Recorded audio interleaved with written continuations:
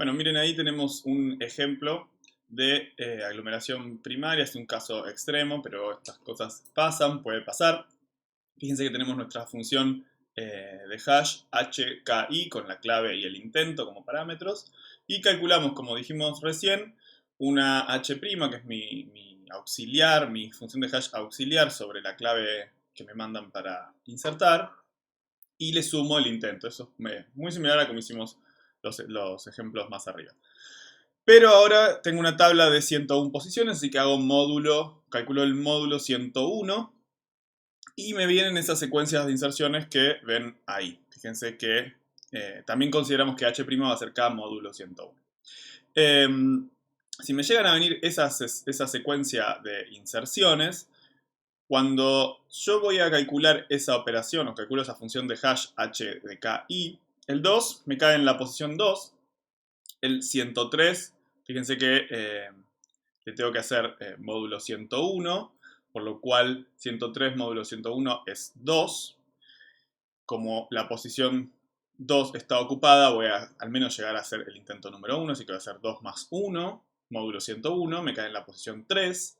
Y lo mismo va pasando para el 4, para el 5, para el 6. Siempre se me van pisando en la posición en la que inserté el anterior. Es decir, nunca encuentro de una, o en el intento 0, una casilla o mejor dicho, una celda vacía en esa tabla de hash. Esto se llama aglomeración primaria y significa que, bueno, cualquier nuevo elemento que me vaya llegando va a ir cayendo, o muchos de los elementos que me vayan llegando va a ir cayendo en este gran clúster que al hacerse cada vez más grande, fíjense que cualquier elemento que vaya a parar a este clúster hace que me crezca ese clúster. ¿Okay? Siempre termino al final agregándolo en algún momento, o bueno, en algún momento se terminará la tabla y empezaré desde arriba. Pero si esto pasa mucho, lo que tengo es cada vez un clúster que es mayor en mi tabla y cada vez es más probable que algo me caiga ahí adentro. Y no es un caso en el que, o sea, este ejemplo de aglomeración es algo que queremos evitar o que no nos gusta que pase. En todo caso, podemos tolerar muchos clústeres chiquititos, pero no esto de que vayan creciendo eh, clústeres gigantes. ¿Y por qué? Porque cada vez el costo de inserción se vuelve peor. Fíjense que tengo que ir, cuantos más intentos haga yo de insertar, peor es para la complejidad de mi inserción en esta tabla de hash. Yo quiero insertar era justamente uno de los objetivos originales, tener una inserción que sea que sea O de 1, o que me costara lo mismo que me cuesta insertar en un arreglo. Bueno, si yo tengo que estar probando dónde tengo que insertar, incluso esto parece hasta peor que el caso de las listas o cuando teníamos la secuencia, porque de última en las listas yo lo agregaba adelante de la lista y la inserción se hacía inmediatamente. Acá estoy pagando ese precio, o sea, no tengo listas, pero pago eso teniendo que intentar varias veces eh, la inserción en esta tabla de hash. Bien, y ahora tenemos en segundo lugar el barrido cuadrático, que como verán no es tan diferente del barrido lineal. Tenemos una función nuevamente h que depende de la clave y del intento para insertar, el intento de inserción, o bueno, en el caso de que estemos buscando también la evaluamos con la búsqueda. Y lo que hace es, nuevamente depende de una función h', que es una función de hashing arbitraria. En este caso, en el anterior usábamos el módulo también, pero vamos a ver sobre el final de la clase algunas alternativas a esta función. El módulo es como la opción fácil para los ejemplos, hay otras cosas más complejas. Y después directamente, en vez de sumarle el i, que era el intento, nosotros sumábamos el i y tomábamos el módulo tamaño de tabla, lo que propone el barrido cuadrático es hacer una operación que sea cuadrático, la operación, perdón, que hacemos sobre esa i. Fíjense que me define una ecuación de una cuadrática, C1i más C2i cuadrado, donde C1 y C2 son constantes que hay que elegir de manera que al recorrer todos los i, o eventualmente la función, mejor dicho, va a probar con todos los elementos de la tabla. ¿Okay? Esto es importante, no puede ser cualquier constante, sino constantes que elegimos para que en algún momento en alguna cantidad finita de pasos, todos los i's me mapeen a algún lugar de la tabla de hash y haya probado con todos. Si no, va a haber lugares donde nunca los visito. Fíjense los ejemplos que tienen ahí abajo, esas son funciones que hacen esto. Tengo, por ejemplo, h' de k más i cuadrado, ese sería como el caso base, solamente elevo al cuadrado el número de intento, es decir, para el intento 0 va a valer 0, intento 1 va a valer 1, o sea, al hk le voy a sumar 1, al intento 2 voy a sumarle 2 al cuadrado, es decir, le voy a sumar 4, después al intento 3 le voy a sumar 3 al cuadrado, etcétera, etcétera. Bueno, hay varios ejemplos, no solo esa que tenemos, fíjense que hay una que es i más 1 al cuadrado, hay varias. Lo que sucede acá, fíjense, ya se estarán dando cuenta que hace como saltos esto. En vez de estar agregando secuencialmente, me va a generar saltos cuadráticos cuando hay una colisión. Es decir, no pruebo inmediatamente, pruebo con el 0, pruebo con el 1, pruebo con el, por ejemplo, en el caso de la primera función, que era i cuadrado, pruebo con el 0, pruebo con el 1, y después ya estoy probando con el 4, ¿ok? Y después voy a probar con el 3 al cuadrado, con 9. Y voy a ir haciendo cada vez saltos más grandes dentro de esa tabla, incluso si la tabla se me termina voy a rebotar, porque estoy tomando el módulo. Y bueno, a priori pareciera una mejor opción, y es una mejor opción que el barrido lineal, pero me puede generar igualmente esto que hablamos ahí abajo, que es la aglomeración secundaria. Y es que, bueno, no me genera estos grandes clusters que yo tenía en la aglomeración primaria, pero podemos ver intuitivamente que al hacer estos saltos, si una inserción resulta en colisión, es decir, esa secuencia va a seguir colisionando. Es decir, si mi función h' me hashea dos claves a la misma posición, la secuencia de colisiones de esas dos claves va a ser la misma, aunque sea cuadrática. ¿Ok?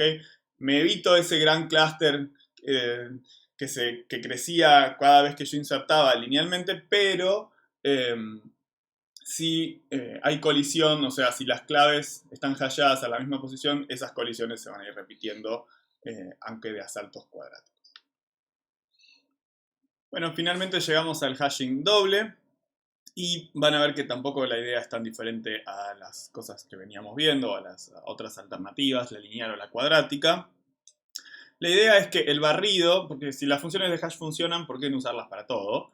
Entonces, la idea es que el barrido también se haga dependiente de la clave con otra función de hash. Por eso se llama hashing doble. Fíjense que la función la definimos como h de la clave y el intento. Y ahora tenemos h1 de k más intento por h2 de k, donde h2 de k es otra función de hash más. ¿Ok? Todo esto módulo tamaño de tabla. Y bueno, h1k también es una función de hash como las que utilizábamos antes. A diferencia de los casos anteriores, el hashing doble no tiene aglomeración primaria, es decir, me va a generar este gran clúster o estos grandes clústeres en los que empezábamos a probar linealmente en todas las posiciones, pero sí puede llegar a tener aglomeración secundaria, es decir, puede haber algunas claves que van a parar al mismo lugar para ambas funciones de hash, y en ese caso es menos probable, pero si eso sucede van a empezar a seguir la misma secuencia de inserción en la tabla. Bien, y ya cerrando esta clase de hashing, vamos a volver un poco sobre el principio, hacemos una especie de retroceso. Y si recuerdan, hace unos cuantos minutos, ya no sé si lo vieron todo de corrido o lo vieron en varios días distintos, pero al principio marcamos claramente que había dos problemas bien diferenciados a resolver cuando trabajábamos con funciones con estructuras de datos tipo hash, tablas de hash.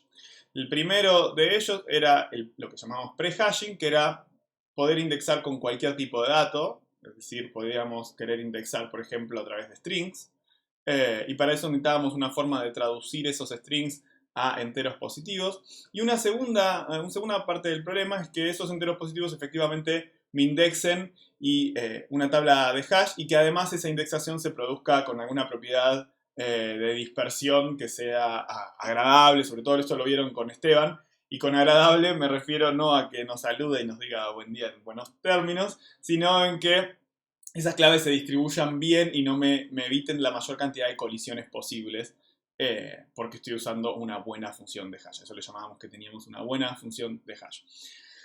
Bien, vamos a mirar un ejemplo de prehashing y después vamos a ver un par de ejemplos de funciones de hash. Consideremos en primer lugar entonces el prehashing de strings, es decir, transformar esos strings o cadenas de caracteres a números enteros. Un posible método bastante simple sería asociar a cada carácter su representación en código ASCII y luego a esa cadena, a toda la cadena, le asignamos el número entero obtenido en una determinada base que nosotros elegimos. En el ejemplo que estamos viendo acá está en base 2 con la posición menos significativa bien a la derecha. Fíjense, por ejemplo, si yo tengo que prehashear el string ppt, una posible opción podría ser, bueno, como el ASCII de P es 112 y de T es 116. Entonces mi pseudo clave va a pasar a ser 112 por 2 a la 2, más 112, fíjense que hay 2p, por 2 a la 1, más 116 por 2 a la 0. Todo eso me da ese entero que tenemos al final. ¿Okay? Bueno, esa es una posible alternativa. Piensen, si quieren, otras opciones. Vimos más opciones de prehashing. Yo les dije que por ahí cuando tenemos objetos complejos, muchos lenguajes de programación directamente utilizan direcciones de memoria. Hay múltiples alternativas. Esta es una, y de hecho creo que había un ejercicio en algún punto de estas presentación en la que tenían que pensar algo para string. Bueno, podrían haber pensado esta u otras. Está bien. Bien, y como dijimos en algún punto de cuando hablábamos de prehash, lo que hay que tener en cuenta a la hora de diseñar estas funciones es que strings, o en este caso porque estamos trabajando con strings, pero bueno, eventualmente sería otro tipo de datos que nosotros queremos diferenciar o que efectivamente son distintos, me mapeen a enteros distintos. Eso es algo que tenemos que tener en cuenta a la hora de hacer este diseño de función o la selección de esa función. Veamos ahora funciones, sí, efectivamente de hash. Hay varios métodos, vamos a mirar algunos de ellos. Tenemos de división, que es el que venimos usando, medio encubierto. Partición, mid-square, extracción, bien, hay muchas alternativas, pero el objetivo siempre es el mismo o es muy parecido, es tratar de distribuir lo más uniformemente posible en esa tabla de manera de que me minimicen las colisiones, lo que hablábamos hace un par de diapos. Y van a diferenciarse principalmente justamente en lo bien que hacen esa tarea, es decir, en cómo tratan los fenómenos de aglomeración, y también en la complejidad de cálculo de cada uno de ellos. El primero es la división y es uno de los, o sea, es el que estuvimos usando hasta recién. Ventaja principal, es muy rápido de calcular, es simplemente una división y es bastante sencillo de entender. Pero si lo llegamos a usar, hay que seleccionar bien el tamaño de mi tabla, es decir, si no selecciono bien ese módulo T o ese tamaño de la tabla de hash, puede llegar a tener problemas, voy a tener muchas colisiones. Por ejemplo, si justo elijo un tamaño de tabla que es potencia de 2, lo cual no sería tan raro, estamos trabajando en computadoras, no me parece tan extraño que elijamos cosas que son potencia de 2, lo hacemos todo el tiempo. Voy a elegir una tabla de tamaño 2048. Bueno, hay que tener cuidado porque todas las claves con los p-bits menos significativos nos van a colisionar. Es decir, a menos que sepamos que esos p-bits menos significativos de la clave son igualmente probables, los patrones de esos p-bits son todos igualmente probables, cosa que no es tan común, es mejor que diseñemos una función que dependa, en todo caso, de todos los bits de esa clave. Lo mismo pasa para las potencias de 10, perdón. Si tenemos claves que son números decimales, entonces las potencias de 10 están anuladas porque vamos a tener muchos múltiplos ahí adentro. Lo que en general queremos es tener un tamaño de tabla o un módulo T que sea un número primo, no demasiado cercano a una potencia de 2. ¿Okay? Ahí tienen un ejemplo, pero en general la intuición detrás de esto es que queremos un número primo que no tenga mucho... ¿Por qué queremos un número primo? Porque no queremos que tenga factores comunes. ¿Okay? Queremos disminuir la posibilidad de colisiones dentro de esa tabla.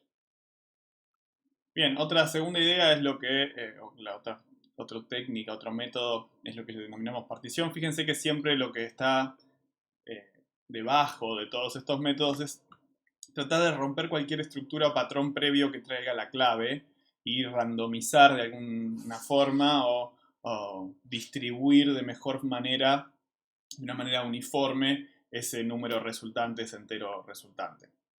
Así que en ese afán por romper los patrones, una de las opciones que parece que tuviese sentido es hacer esto que denominamos partición. Y si me viene una clave K, la parto o la divido en n pedacitos. Fíjense que tengo K1, K2, Kn al final.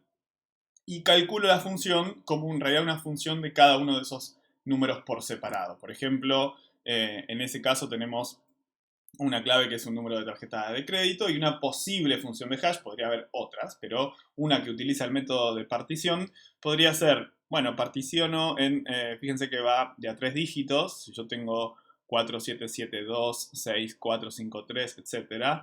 Tomo los primeros 3 y con eso, ese es el primer, la primera partición, el K1, tomo los siguientes 3, 2, 6, 4, ese es el K2 y así hasta completar todos los dígitos de la tarjeta de crédito. Y después aplico mi función de hash sobre esto. En este caso lo que hago es sumar cada uno de esos pedacitos de 3 y calcularle el módulo del tamaño de mi tabla. Me da 224, bueno, esa es la posición en la que lo voy a insertar. Fíjense que, como insisto con esto, la idea es tratar de romper cualquier patrón previo que traigan esos datos. ¿Okay? Es tratar de distribuir uniformemente el espacio de claves en mi tabla de hash. Bueno, finalmente nos queda el método de extracción que se usa solamente, o propone usar solamente una parte de la clave para calcular la dirección. Por ejemplo, como veníamos hablando de hashear números de tarjetas de crédito, si utilizamos este método por extracción, trabajaríamos solamente ponerle con las 6 cifras del centro de ese número de la tarjeta de crédito. En ese caso nos queda el 2, 6, 4, 5, 3, 7. ¿Cuál es la premisa detrás de este método o en qué se basa?